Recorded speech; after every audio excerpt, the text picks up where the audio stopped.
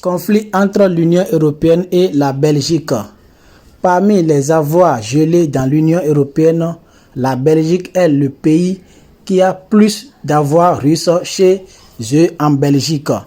Vu que l'Union européenne n'a plus d'argent pour financer l'Ukraine, ils ont décidé de saisir tout l'argent de la Russie qui est stocké dans l'Union européenne.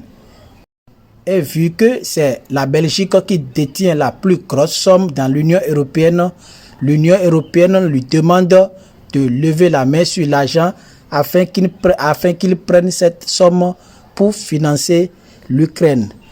La Belgique, à son tour, demande à l'Union européenne de se porter garant au cas où, après le conflit qui oppose la Russie et l'Ukraine, si la Russie l'attaque devant la justice, que eux tous, ils en assument les conséquences. Chose bizarre, personne n'est prêt à prendre ce genre d'engagement dans l'Union européenne, car il s'agit de beaucoup d'argent. On parle de beaucoup de milliards d'euros.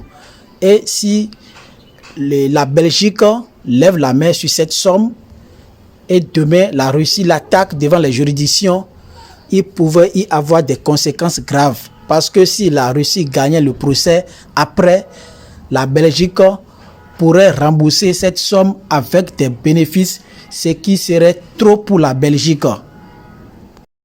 Avant de continuer, je vous demande de vous abonner à la chaîne pour être informé en temps réel des actualités du moment.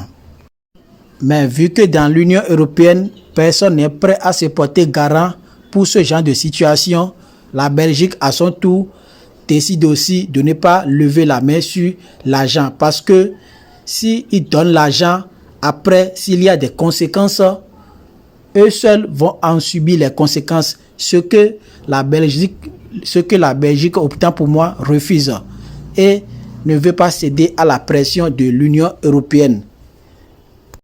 67% des Belges sont contre l'idée qu'on débloque cette somme de la Russie et le donner à l'Ukraine.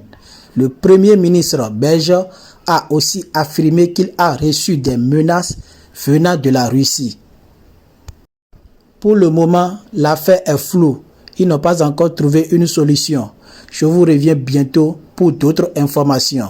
Donnez vos avis dans les commentaires.